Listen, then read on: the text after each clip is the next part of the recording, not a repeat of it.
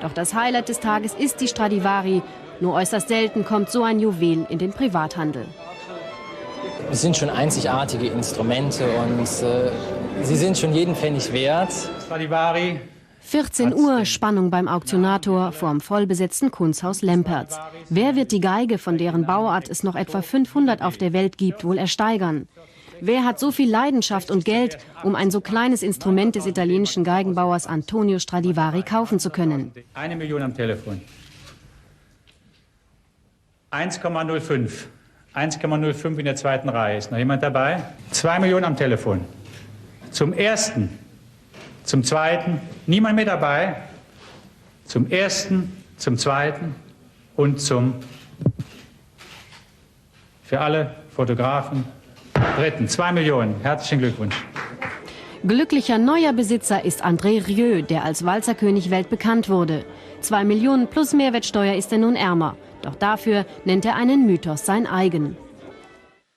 Das klingt jetzt viel, ne? Aber wir reden von D-Mark. Das ist wahnsinnig viel Geld. Ich konnte es mir auch damals nicht mal im Traum vorstellen, sowas mir leisten zu können. Das muss man auch fairerweise sagen.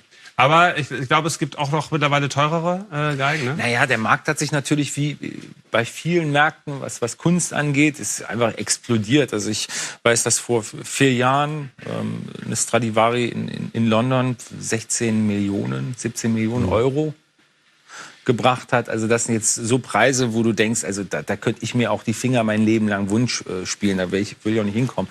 Ich habe Gott sei Dank im richtigen Moment eine schöne Stradivari gefunden vor 10 Jahren zu dem Preis-Leistungs-Verhältnis, das damals auch utopisch war, aber halt nicht schon 9-stellig. Ist das dann vor allen Dingen, ist das jetzt so ein Sammlerobjekt, weil es halt nur eine gewisse Anzahl gibt, oder sind die wirklich vom Klang auch so einzigartig, dass man die unbedingt haben muss? Also natürlich ist die Verarbeitung großartig, der Klang ist toll, das ist außer Frage.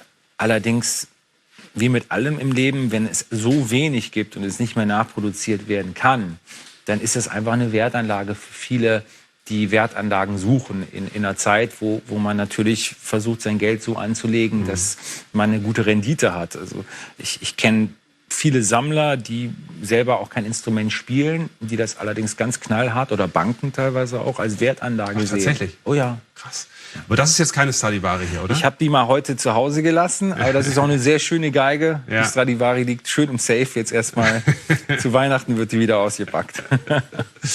Davon muss ich, weil ich das natürlich auch wieder fasziniert hat, wie du mit 18 warst du da ja natürlich schon ein wahnsinnig guter Geiger. Was hattest du damals für Ziele? Hast du dich noch erinnern? Wolltest du so eine Karriere machen, wie du letztendlich gemacht hast, oder hattest du noch gar keine Pläne?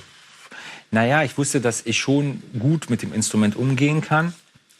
Allerdings war für mich damals das Spielen nur das Wichtigste und nicht das Musizieren.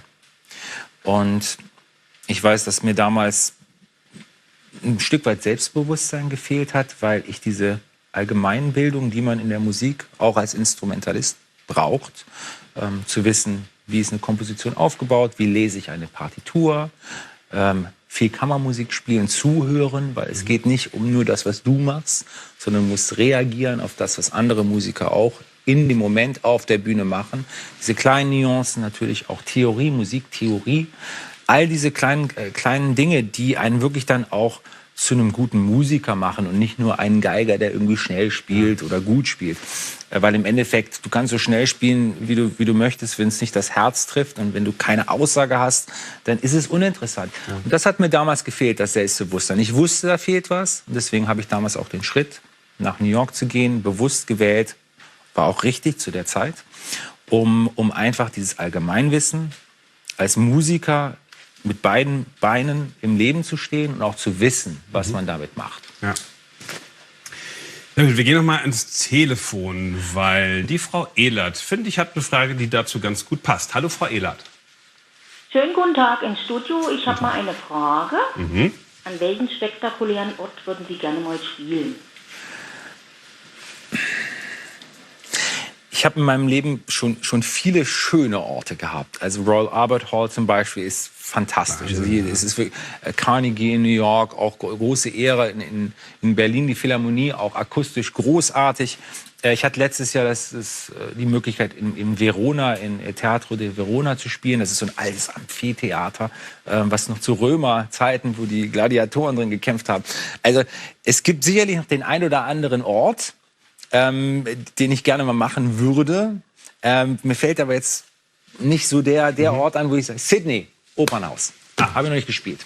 Das ist ja wirklich das kennt ja jeder. Und das ist noch auf der Things-to-Do-Liste. Aber da kann man ja selbst nicht so wahnsinnig viel machen, also sich irgendwie so proaktiv bewerben. Da muss man warten, dass ein entsprechendes Angebot mal kommt, oder? Naja, ich hätte schon, ich glaube, dieses Jahr oder letztes Jahr spielen sollen dort. Und irgendwas hat da nicht funktioniert. Also insofern, ich hoffe, dass das wird schon noch irgendwie in der nahen oder fernen Zukunft noch möglich ist. Geige spielen kann man ja lange. Ne? Das ist ein bisschen wie Golf, oder? Ist ein bisschen wie Golf. Allerdings, man sollte gucken, dass man mit dem Körper gut umgeht, weil die Konzerte, die ich ja normalerweise mache, die gehen dann halt über 2 Stunden.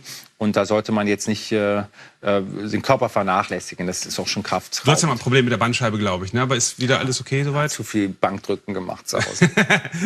Frau Ehlert, übrigens vielen Dank für Ihre Frage. Sie bekommen das aktuelle Album von David Garrett zugeschickt. Alles klar. Schöne Woche noch.